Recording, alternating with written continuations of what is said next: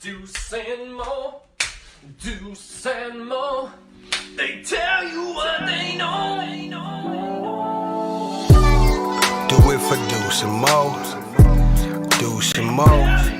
Hey. Do it for Deuce and Mo. When it comes to the Kings, it's my favorite show.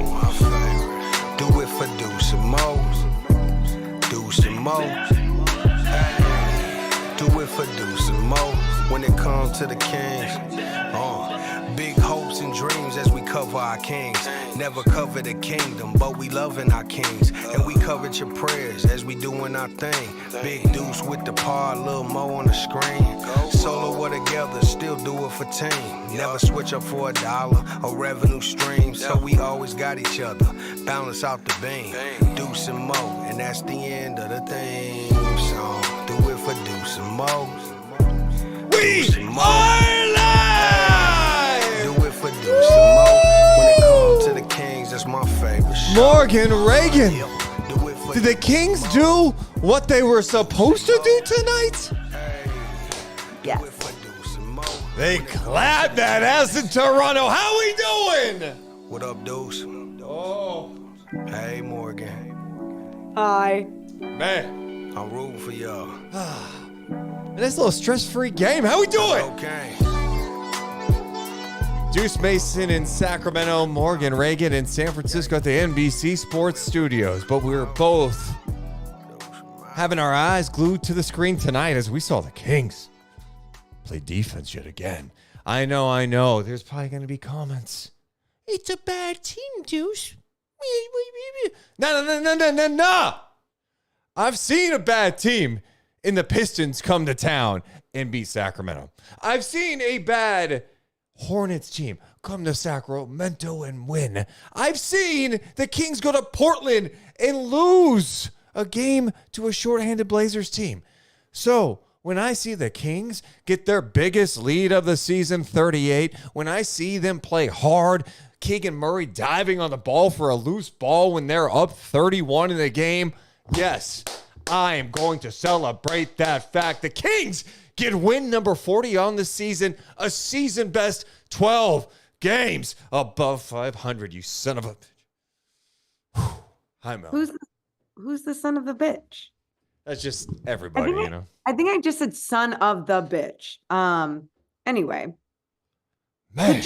Could you move make sure you stay. I know. I have to stay in a certain spot, which is hard for me to do because I move a lot. It's fine to move. I'm like the Kings. I'm like Keon Ellis on defense. You know what I mean? Oh. What?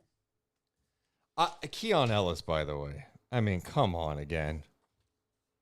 4 steals tonight. He has stolen more in the last month than my dad has his entire life. Everybody, keep the laughter down. Stop. What, Mo? Oh, is that too soon? I can't make fun of my own father? No. It made you fantastic. feel okay. No, the discomfort that others feel, I do not feel, because you're probably not wrong. And good job, Keon, because I'm sure your dad stole a lot of shit in his day. Yeah. Yeah. Dude, I love. So even going into our post-game interview with Chris Duarte, before we got there on the court side, Chelsea was saying they did, they did what they needed to do. Yep. Say it again. They did what they needed to do. And then even Chris Duarte said, did I just hear someone saying like we did what we need to do? Yeah, like that's exactly it. And it's just so nice to see right now this string of games put together, even in that Knicks loss. Like this is looking more like last year, right? Where it's like there's consistent good effort. Yep. This is looking better than last year at the moment because of what they're doing defensively. And again, I know we can save some of this for the pod. We got to start the pod. We'll start the pod because there's so much to go over with this one tonight. But before we do that,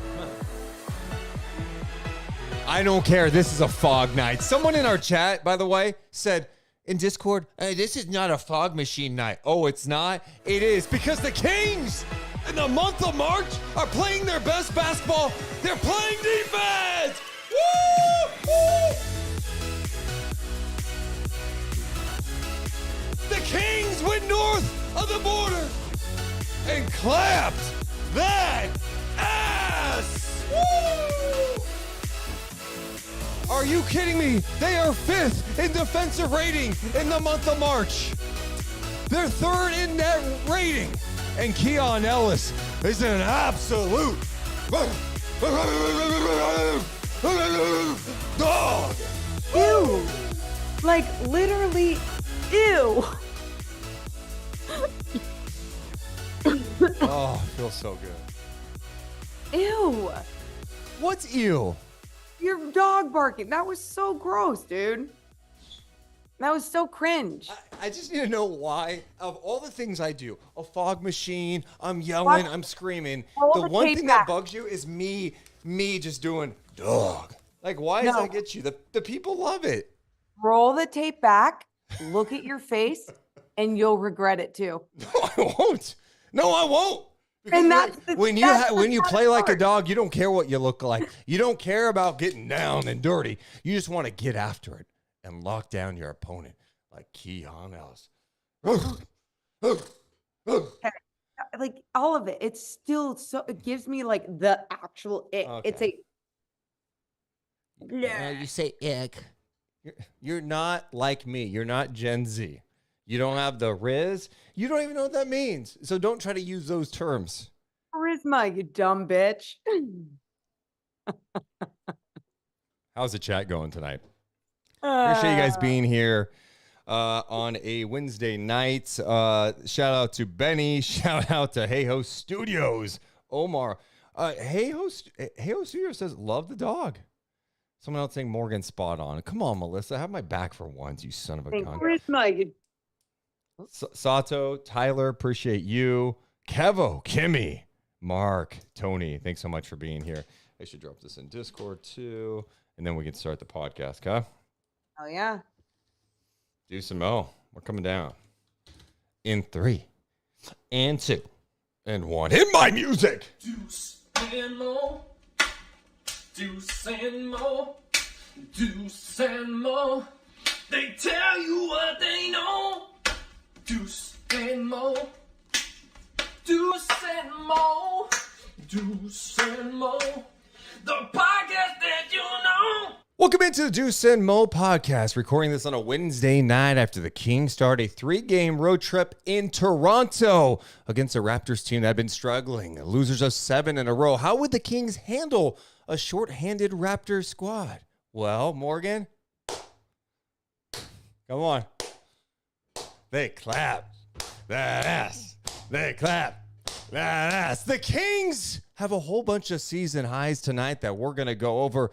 Most importantly, they won 123-89. Yes, they hold another opponent under 100 points. The third time they've done that in the last 5 games. I'm Deuce Mason. That's Morgan Reagan. Each and every one of our podcasts presented by our friends for Northwest Exteriors. Check out trustnorthwest.com. I'm in Sacramento. Morgan is in San Francisco at the NBC studios, where she just wrapped up post-game duties with Chelsea Gray, the point guard. Morgan Reagan, how you doing? Really good. Really good. I think for some people, they're like, yeah, Kings were just supposed to win this game, so maybe they're not as excited. I love that the Kings not only did what they need to do by getting the win, but they got to sit their guys. And we always want to see this, Deuce, but I never expect it to happen, especially this season with the inconsistent play that we've seen. But now the Kings have strung together a lot of games here. What? 1, 2, 3, 4, 5 games? 5 games, 4 or 5 that you really just feel confident with. This, you can call it a game they were supposed to do this, right? But they've had a lot of supposed to do this games, right? This season. Shorthanded teams who beat them, bad teams who came into their place, like the Pistons, the Hornets beat them, losing to the shorthanded Blazers. The list goes on, right? A shorthanded Miami team coming to your place and beating you. There have been a lot of disappointing moments. There haven't been a ton of stress-free games for the Sacramento Kings, and recently it seems like it's coming together for this group. And why is it all coming together? Well, that's what we're going to explore in this one. So many good numbers to go over. The Kings now with their 40th win of the season, they're at 40-28. They're a season high 12 games above 500. That's big time stuff. They're now 20-15 on the road. Tonight, they win 123-89. They had a season high in fast break points at 36. They had a season high in second chance points at 28. They had a season high points off turnovers, 33. They did it against a team that was missing guys. Scotty Barnes, Pirtle, RJ Barrett, Boucher, Quickly. The list goes on. But for Sacramento, to me, it was about the mindset. How are they going to come out tonight? Were they going to come out lackadaisical? Were they going to just try to play a free-flowing style? There were moments maybe a little bit early. I thought the Kings' defense was flying everywhere, even when they had the lead, a huge lead in this game, Morgan. Yeah, it didn't just look locked in on the offensive end early. When it just felt like they could dominate with anything, just slipping to the basket or giving the ball to Domas down low or swinging the ball around, De'Aaron hitting threes, whatever it was. It felt like they were getting it done on the defensive end early enough. And when they really started locking in defensively is when it started taking off for them. And when I say locking in defensively, it's like, well, what were they doing different? It was the understanding of like getting up in guys and not being lackadaisical. You got it? Lackadaisical. No, I didn't say it right. Lackadaisical. Lackadaisical. And that's my about fault because I put that in your head because you and others that. say lackadaisical. It's lackadaisical. There's no S, man. There's no S, man. So lackadaisical about playing guys that aren't as good as them. And I felt like they didn't give a shit who was in front of them. If it was Grady Dick, whoever else, they were going to get up in them and make them feel them. And that is so important to do. And it's not easy to do, especially we've seen the Kings not get up for these type of teams, but tonight they understood the assignment. You're exactly right. And I do feel like we've seen so many games this year. It's like, are you just not showing respect for the opponent? Like, I know even Harrison Barnes mentioned this last week. He was like, yeah, we get up for games like the Bucks and Lakers as a team, but for whatever reason against other teams, maybe we're not getting up. It's like, no, you have to respect the opponent. And I feel like through this stretch of games here, the Kings are playing with a physicality, a focus. They're playing defense on a string right now. Keon Ellis has played a giant role in that. Keegan Murray's playing some great defense. De'Aaron Fox was everywhere tonight, and that was the guy I like to watch because I think sometimes he can be the one that maybe isn't totally locked in defensively. I know what De'Aaron can do, right? Like when he's like completely focused on shutting down someone and getting into them, he can do it. But there's some nights you're like, is he kind of chilling because of the opponent? He didn't do that tonight, and I thought the Kings looked awesome. Again, against a bad team, but I don't care. I've seen bad teams not only win, beat them this year. I've seen bad teams put up a lot of points on them. This is not just about tonight. This is about a trend here in March where they've gotten their shit together. And at the most important time of this season, with a playoff spot in the line, they're playing their best basketball right now. You know, Chelsea Gray even mentioned when the guys that were in that second unit or two-way guys, G League guys, whatever, that were getting in there, and the importance of even them making sure that they were doing everything right with the way that they were locking down guys, or maybe something new that they were experimenting with, pick and roll defense, whatever it was also important. And I felt like everyone understood that all the way down the line. You know, like no one was just messing around, having fun, dunking the ball and being like, okay, we have the lead. It was truly like just really pounding it to them. And I love seeing that against a really bad team like the Toronto Raptors that didn't have anybody, but the Kings staying focused all the way through. I was still worried because I'm weird like that. And I was worried with like 6 minutes left in the game. And I was like, ooh, I know. Everyone thinks I'm crazy. I don't even care because I've seen bad things happen this year. And when you've seen enough of those bad things happen, even if they didn't result in an L necessarily, and they've worried you, I wasn't ready to just sit back, relax, and be like, okay, we're done. We're ready to go with the post-game show. No, I needed to see them actually like stomp it to them all the way through. And that's what happened. And that's, by the way, it's really fun to see. And also at times not easy to do. And only the great teams do that. And the Kings doing that just even for a game just helps them in the right direction. Well, let's go dive a little deeper into this one. The Kings were without Kevin Huerter. We don't know when he's coming back. He was not with the team in Toronto after having that dislocated shoulder. So he's going to be out for a stretch. And that meant Keon Ellis got the start, his 7th start of the year. The Kings are 7-0 when he starts. Whatever you want to make of that number, they're 7-0 when he's in the starting lineup. But let's just talk about him playing in general. We spent a lot of time talking about Keon Ellis, and I feel like, again, today, if you just looked at the box score itself, you go, 6 points, 2 of 6 shooting. What do you do out there? Dude, he is everywhere defensively, Morgan. He had 4 assists in this game. He also had, he had 4 steals in this game, and he had a block. This is after he had 5 blocks last game. He's getting deflections. He stays on anybody. They communicate well with him on the floor. What's standing out to you with Keon?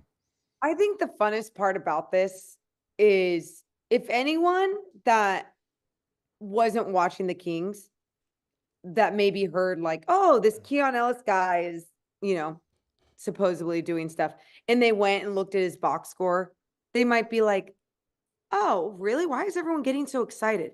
That is what's been so fun about his game. You watch what he's doing out there, the eye test, your eyeballs, believe what you're seeing with Keon Ellis and his ability to not only make an impact as an individual, but truly his style of game makes the entire team better. And it's just, I mean, who would have thought that a guy with his journey would be doing that? You know, everyone wants the name, everyone wants someone that you've heard of before that has the experience, but no, it's Keon Ellis. It's someone that has worked his ass off, knows his role, and just stays consistent with that. And that has been so exciting to see. And on top of that, I do feel like he's even getting better and better with more and more experience, which is, at times I think it's like hard to believe. It's like, oh, is it just his confidence? No, I believe him just understanding the pace of the game at a different level, understanding the importance of guarding this person or this person and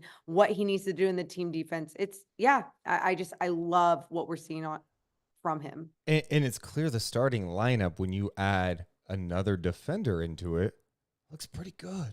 Right? I mean, Fox had been playing some high-level defense this year. Keegan's been really good defensively and rebounding lately as well. Sabonis works really hard. You throw Keon Ellis into the fold, the numbers don't lie.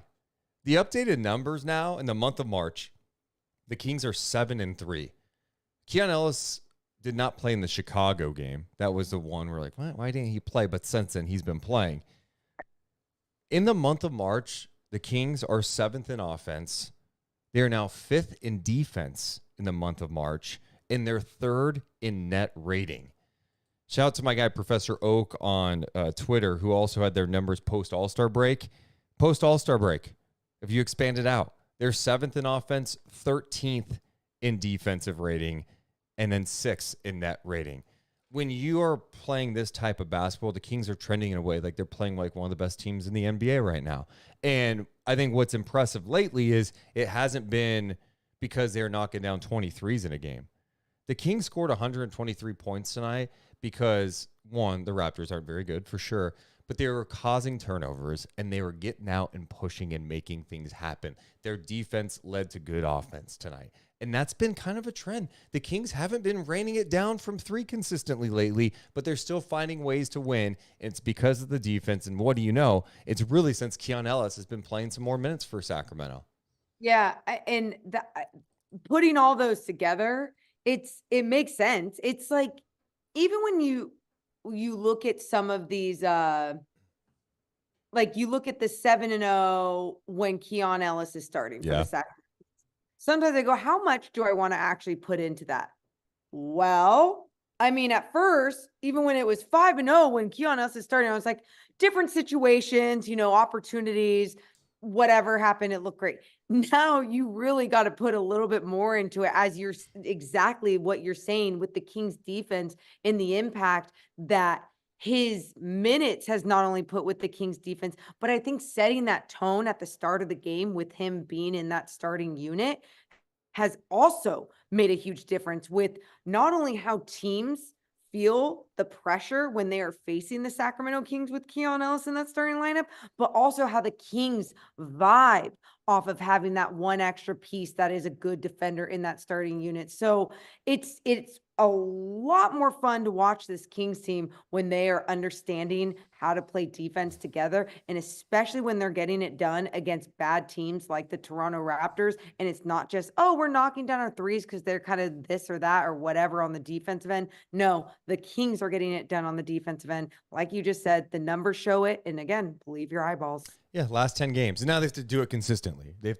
to keep pushing that direction. I mean, it's hard for me to believe that this Kings team is going to keep up the pace of being a top 5 defensive team like they have been this month. But Keon Ellis, and one guy can't help that. I saw some people in the chat saying it's crazy how one guy could change the defense. It's like, it is, you're right. But it's not just him doing it out there. It's Fox and Keegan getting some help. It allows Sabonis a little more flexibility. When you can guard the ball and stay in front of your man, that goes a long way in helping the defense, right? You're going to get beat sometimes, and Brunson got him late in that game against the Knicks or whatever because he thought a screen was coming. But besides that, he stays attached to his man, and then the rotations are great. with good defense, how much of it is communication, staying in front of your guy, and playing physical? Yep. That goes a long way. You don't need a whole bunch of all defensive guys to be able to do that. But Keon has the elements of, God, if he keeps playing like this, he might be one of those guys we're talking about as one of the best defenders in the league. The numbers in this sample size back that up, where opponents coming into tonight were shooting like 34% from the field when defended by him. I mean, his contests are fantastic. Yeah. The way he did the Bane last game was outrageous. How many times he blocked him? A couple of times on jumpers. It's that type of stuff. And if you're playing with someone like Keon Ellis, you're going to be more amped up. Like that makes De'Aaron happy. And then when you have these lineups too, where like Monk out there and those guys can get a stop, force a turnover, and get out and go. Holy shit. It makes it fun. And that's how you score 123 points with only hitting 12 threes. It's just like you said, like having the right pieces too that go along with having good defenders. You get a deflection or a steal from someone like Keon Ellis, and then you have one of the fastest players in the league in De'Aaron Fox, and you're able to push the ball. Yes, it's like the perfect equation for a style of basketball that can be played with a team to elevate the special pieces that they do have. They might not have Kawhi Leonard. They might not have Rudy Gobert and Edwards. I don't know, just name whoever that gets so much praise around the league. But what they do have are some special pieces that have skill sets that you can elevate if you have the right combo. And the right combo feels like it's starting to figure it out, the right rotation. I really, really enjoy what we're seeing. It's been a lot of fun, and the effort too. I mean, I think I know it's an early game. Some people are still working, maybe haven't seen the game yet, whatever.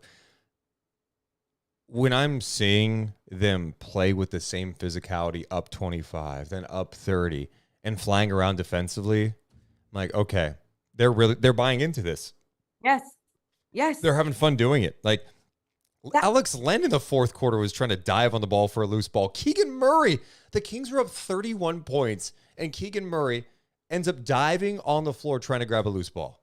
And allowing it to give you joy, to bring you joy is so very important. And Deuce, you sent me this tweet from Chris Watkins during the game, and it says Keegan Murray has drawn 12 charges this season, good for 10th most in the NBA. He's drawn 5 of those since the All-Star break, which is 4th most in that span. And the reason why I bring that up, because we talk about joy with diving on the floor and getting these deflections and locking in, even sacrificing your body and what that does for not even just the individual, but for the team morale and the way that it can make you feel and the way that it can deflate the offense because they made this great play, got this person open, but instead this defender comes over and makes an even better play.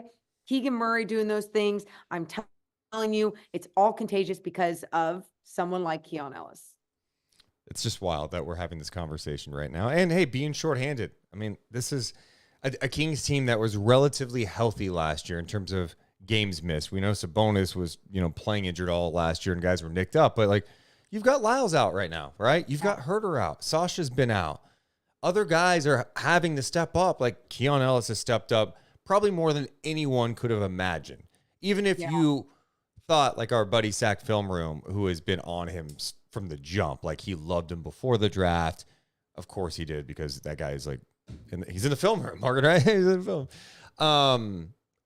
But for him to have this type of impact is massive. Even Chris Duarte tonight.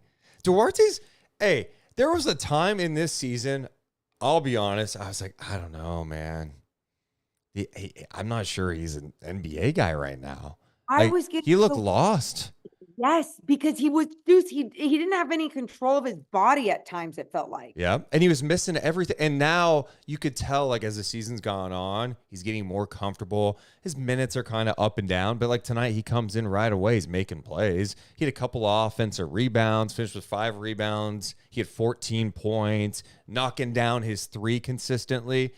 That's encouraging. And so it makes it a little easier. You could take that hit a bit. It's like, oh, we've got these guys out, but now you've got a couple of guys really stepping up.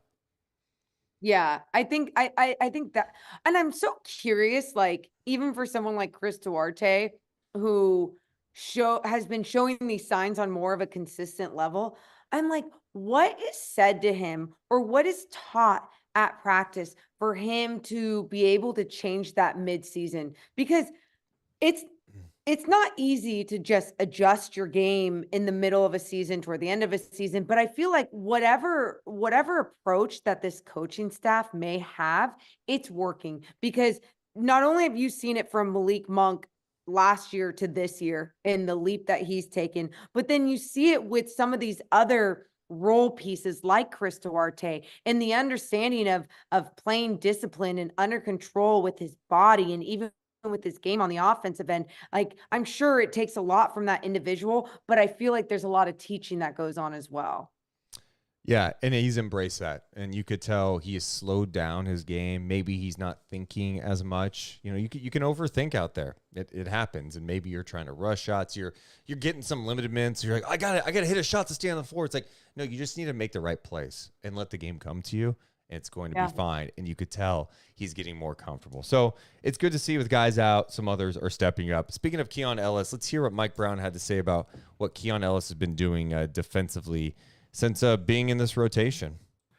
I was talking to one of my coaches a couple of days ago, and I was trying to figure out who he reminds me of defensively, and I'm not sure yet. His skill set is unique. His arms are a lot longer than what you think. His anticipation and his feel for a young guy, never been around it. Not for a second-year guy that played in the G League his whole first year and got limited minutes so far. I've been in the league 30-something years, and I can't fully grasp it because he's so young, but he plays like an old soul, and his feel is like an old soul. But he's probably a little bit quicker than you think, a little bit more athletic than you think. Arms are a little longer than you think. And his feel, anticipation, hands, it's early, but they might be second to nobody. I'm not sure. So it's going to take some time for me to really figure him out, but he's doing a hell of a job for us. Wow. I mean, Mike Brown says, I've been in the league 37 years. The feel, the anticipation, he's not seen anything like it. He's like, this guy spent last year in the G League, spot minutes this year. Says he's like an old soul out there. Longer than you think, quicker than you think, more athletic than you think. That from Mike Brown just raved about Keon Ellis. Like, that's a guy he's playing. And he's going to be playing vital minutes for the Kings as they make this playoff push. It's crazy. It's crazy. This is what I've said this, a couple podcasts ago, so I know I'm repeating myself here, but it's what I love about sports is we all, us on the podcast, all the other podcast fans on social media, we're all talking about this team and, oh, this is the rotation. This is what I think. Oh, this guy will do this. And I don't know about this guy. No one would have been like, hey, you know what's going to happen in March? Dude, I think Keon Ellis is going to, he's going to end up forcing himself in the starting lineup, and he's going to keep it. And it's going to be because he is changing the Kings defense. Dude, that's amazing. And that's it's crazy to see too, because the opportunities it didn't just happen when Kevin Huerter dislocates his shoulder, right? Like, we see the in and out of these opportunities in the starting role because of other health with other people. And then you see it with the opportunities in the second unit coming off the bench. And then seeing it now, because unfortunately what happened to Kevin Huerter, it just like, it's going to make it more seamless now and not have to mess with Kevin Huerter's confidence or anything, because hopefully Kevin Huerter's just back quicker than we even know, right? But I think now, even if and when Kevin Huerter does come back, you can go in this situation and go in this direction without anyone being butthurt, without anyone feeling a certain way, because it's just so obvious now. I feel like that you go in this direction, where I was even one of the ones being like, no, you keep going with Kevin and HB, and you just give them shorter leashes, less minutes if they're not producing. Now you're just seeing setting the tone early is really generating these wins. Harrison Barnes also had some things to say about Keon Ellis. Yeah, I mean, I remember, one of the very first days that Keon was with us in camp, as a two-way. And I saw him play a little bit, and I was like, he's going to be an NBA player. And hopefully he's here, but he's definitely going to be an NBA player. And I think, he's been preparing, waiting for this moment just to be able to show on a consistent basis what he can do. And there's some things he does out there, some of the steals he makes, the blocks he makes, it's only things that he can do. So it's been great to see him continue to do that and show that consistently. Some of the steals he makes, some of the blocks he makes are things only he can do. Dude, Hey. the way that you have a vet and a coach in Mike Brown talking about this guy's defense, the instincts defensively, it's beautiful. It's exciting because it's exactly what this team needed, right? This is the type of guy. We had Sabonis. We did a short conversation with Sabonis that we dropped today, and we asked him about Keon Ellis. And we taped this last Friday, so that there were still a few games that have happened since then, but you could tell how much he liked Keon Ellis in this clip. Here's what he had to say, Morgan, if you just let me play it. He definitely on defense, he's there for us. He's like our X guy, our glue guy who puts everything together. He's doing what we needed that was missing, and he's just making life easier for everyone. And then on the offensive end, he's not in the way. He shoots when he has to shoot. He knocks down his shots. He's a smart player, and teams respect him. So it's definitely making life easy with him on the court. It's making life easier. It's crazy. This is what my whole point to that, this is what makes sports amazing. So you do say that point a lot. And what I love about it is, we always talk about the joy that these players play with, or Malik Monk plays with, or when they're winning and they're vibing, there's so much joy around this team. But I think as a sports fan, and especially as an NBA fan, the joy that stories and journeys like this bring you, bring us.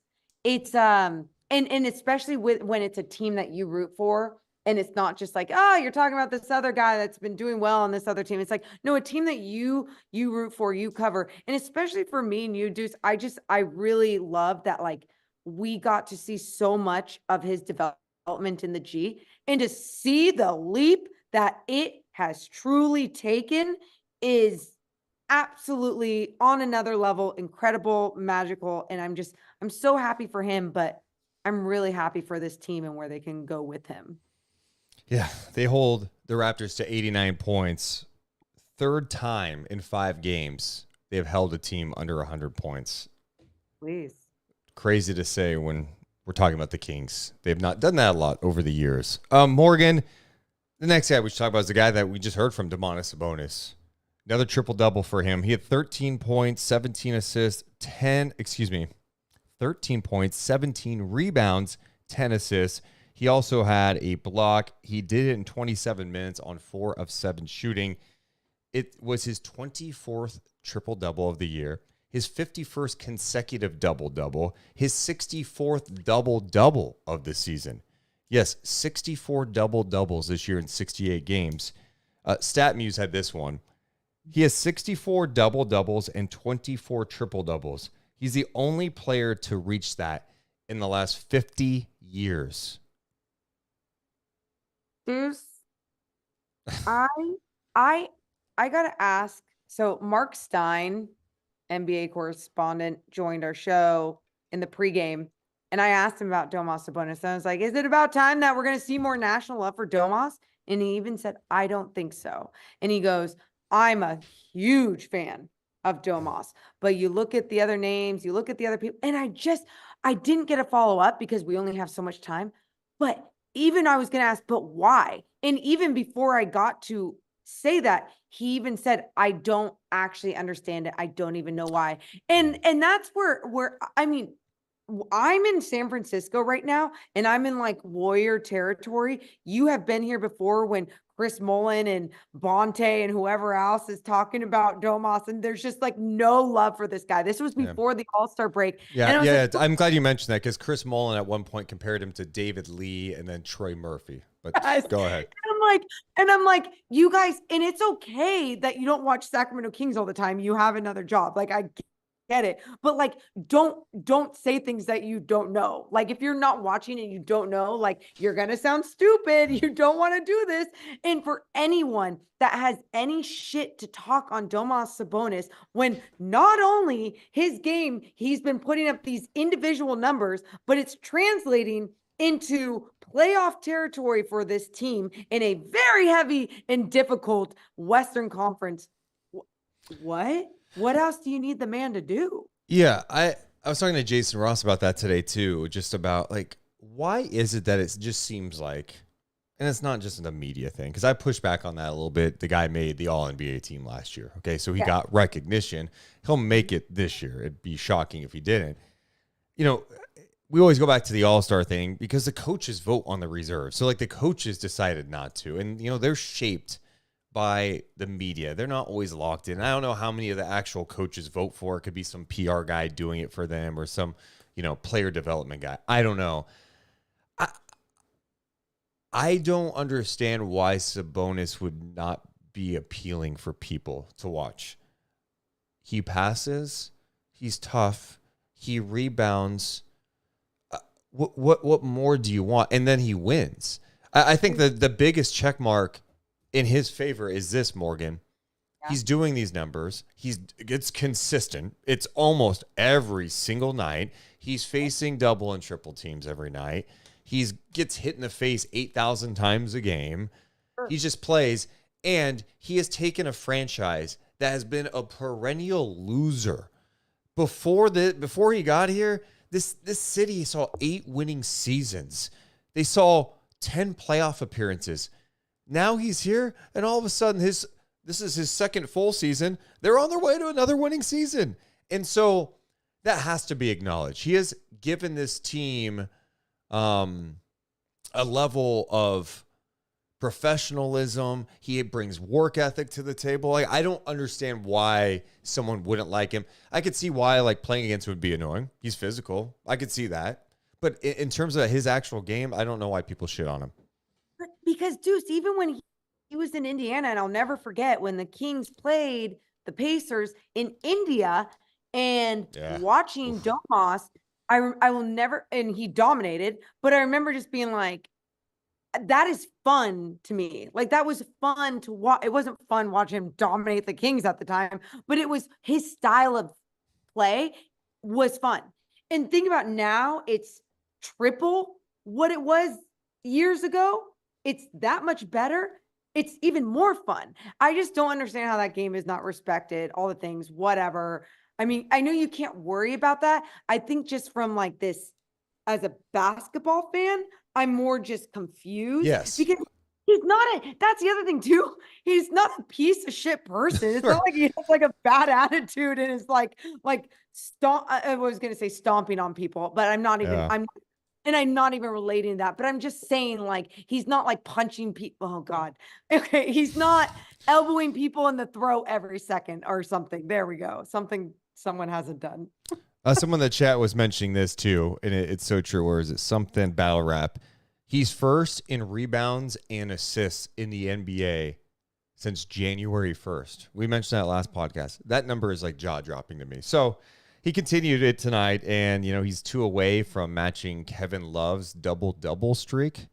No one's gonna reach Wilt Chamberlain's all-time mark of 227 consecutive, but since the ABA-NBA merger, he could be on his way. Hopefully, I don't know.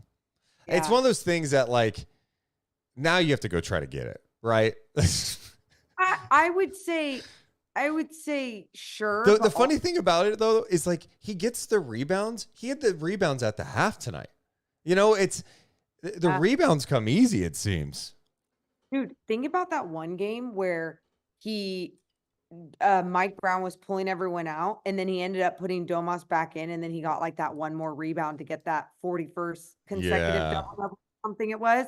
And it's crazy to think that like if he didn't get that, it would have been awful to see this continue. And it's like that's where it stopped though. So I'm with you. It's kind of like now you got to go get it. So he was awesome again tonight. Again, playing tough, getting beat up, hitting the face, 17 rebounds for him in this one. I thought De'Aaron had a really good game too. I thought defensively he was just a pest out there. I know we already talked about, but he vibes playing with Keon Ellis.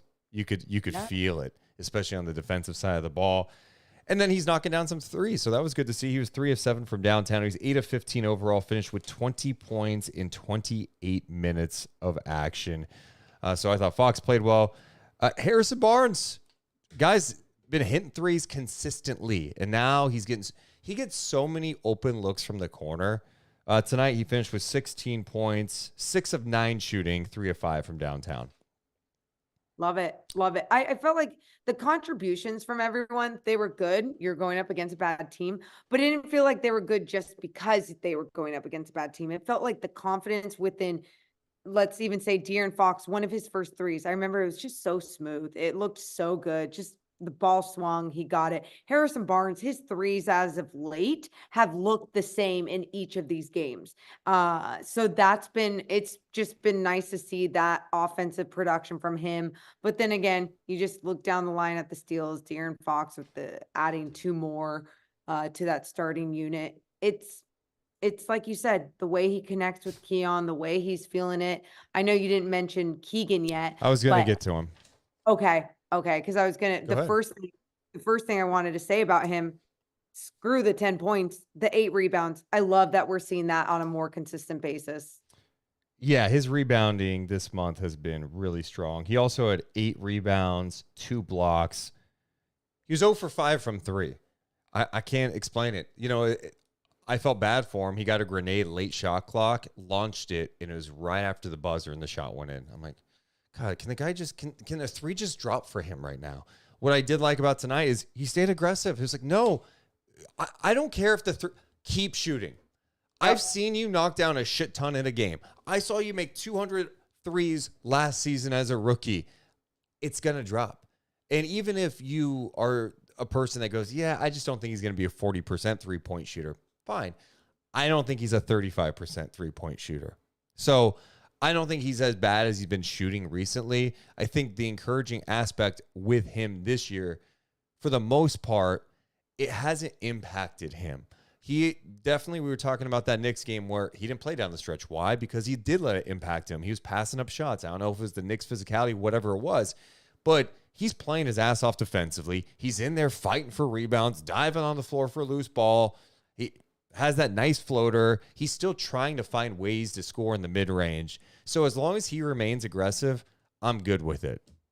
Yeah, I'm with you. I liked seeing him go for that floater, right? Like just understanding the type of defense that was in front of him. And he was like, okay, this is what else I can do. Put the ball on the floor, be aggressive with my floater, be aggressive in the mid-range. Like you're exactly right. Just keep trying to look for yours, because I feel like a lot of Keegan Murray shots are sometimes a better decision than other shots I see produced by other teammates. And I want everyone to try and shoot their shots, but at the same time, I just feel a lot of confidence with Keegan / I want to see him keep getting better and better on the offensive end this season. Malik Monk had 17 points, 6 of 12 shooting, 1 of 7 from 3. How about that nasty-ass dunk he had? After Gay had a nice putback jam, Monk goes and jams it so hard immediately on the other end. Left my seat just screaming, oh, shit. Like, it was one of those moments, like, no, it was so violent. It was amazing. I loved it. But I loved the stare down to his own bench after, just like, what? You expect something else? That was sick. Yeah. That was awesome.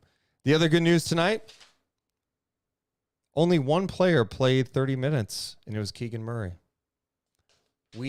We didn't expect it, Morgan, but we wanted a game like this. You're on the second. I have a back-to-back tomorrow night against a bad Wizards team. You didn't need to dick around and all of a sudden it'd be like it's down to 5 and your starters are playing 40 minutes to close this one out. This is what you needed. And then you need the same approach against Washington tomorrow. Don't stoop to Washington's level and start throwing the ball everywhere. Don't start taking bad shots. Play your game. We're not getting there yet. I'm sorry. But my point is it was good not to see heavy minutes tonight, and they played everybody. Everybody got in the game. We're not getting there. Slauson had a nice jam. That was sweet. Slauson had a nice jam. He did. We mentioned Duarte. Yeah. So overall, just fun game. Fun game. And get there, because now it is the Wizards, and you're exactly right. It's like I'm not going to get there because we still have to give our rock and soul player of the game, Morgan. So I know you host the pre and post game show. I'm in Sacramento. I'm driving this son of a bitch. Oh shit. Okay. No, we'd have to get to it. Our rock and soul player of the game. Who would be your rock and soul player of the game? I'm gonna go Malik Monk. What? Why? Chris Duarte? Who would be yours? I mean, I really liked Malik Monk. He was 4 for 4 at the free throw line, 17 points, had a nasty jam. I just love his energy, consistent all game long. Wow. I mean, you can go Domas or you can go Chris Duarte because I enjoyed talking to him after the game and I thought he did that was great. Cute.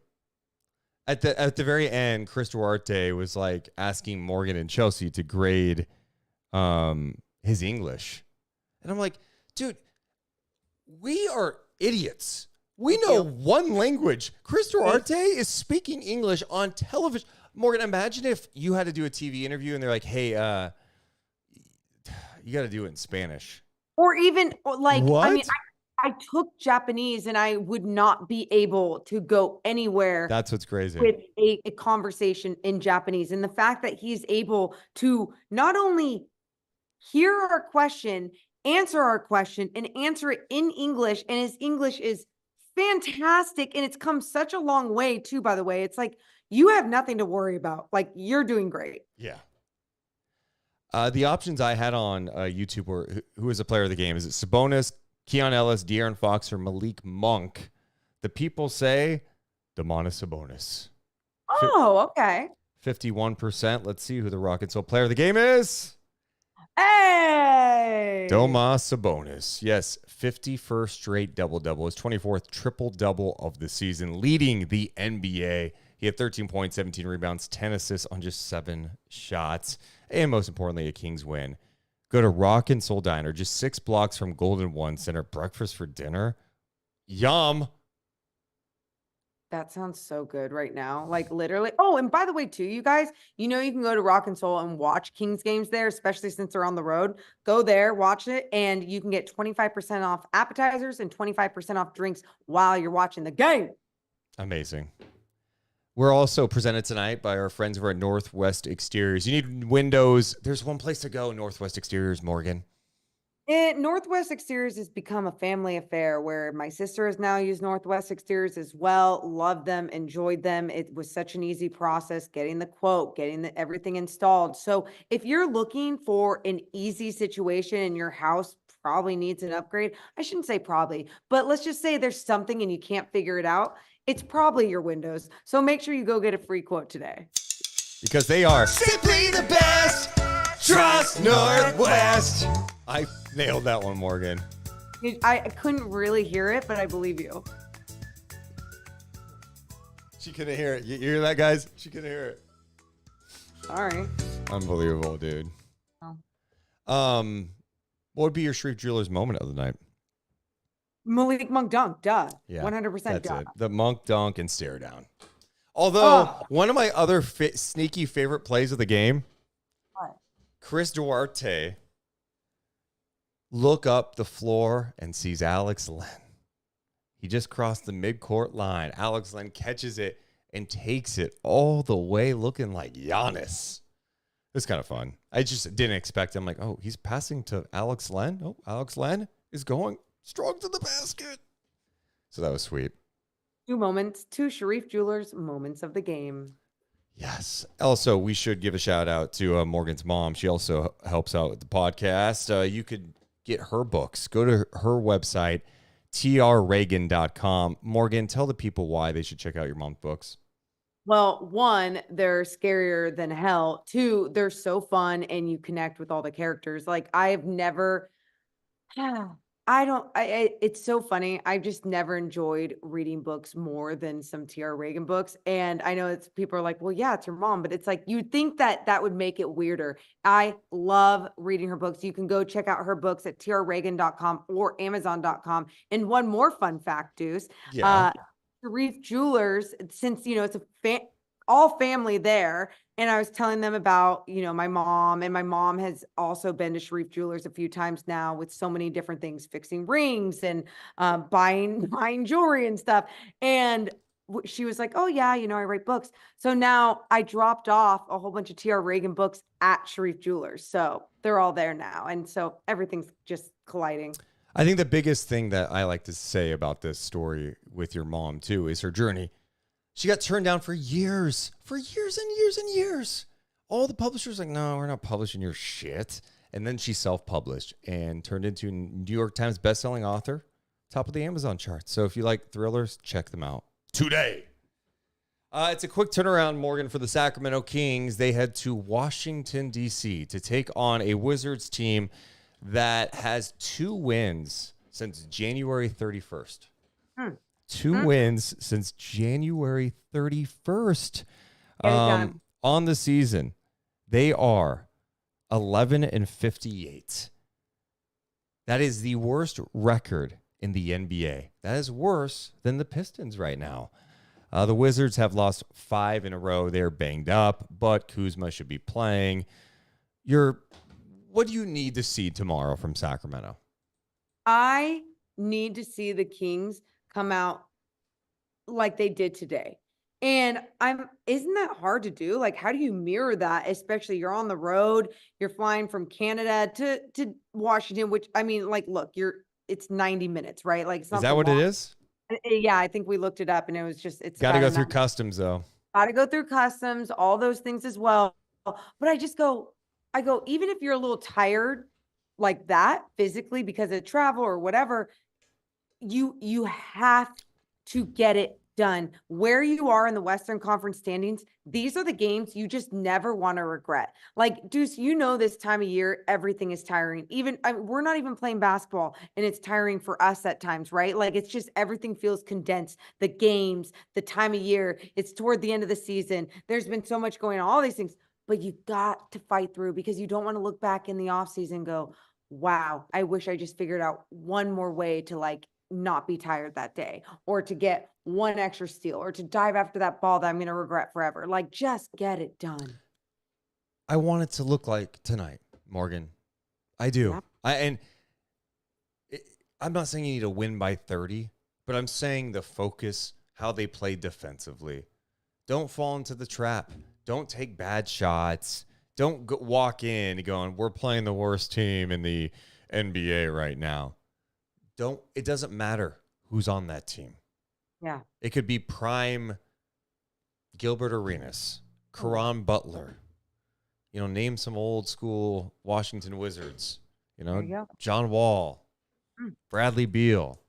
Just don't dick around. How disappointing it would be tomorrow if we were talking about, wow, just a letdown game tonight. Because the only way the Wizards are beating you, the only way Washington is beating you is if they score 130, 140 points. And that would mean you were not prepared and locked in for this game. Correct. If you are locked in, tomorrow should be another easy night, and then you get ready for a real battle against an Orlando team that plays some good defense too. It's crazy to say too. The Kings are playing good defense right now, Mo. Fun to say. So fun to say. I'm so happy. You seem like it. You really seem like it. Thank you. Do you have some final thoughts on this one? Oh, I have one thing I want to mention right now. Sorry. I just remembered. So, second, I have a back-to-back. We're live after the games. Here's a little breakdown. You can expect the podcast to be later tomorrow night. So, the Kings play at 4. You're like, well, why can't you be on after the game? What's going on?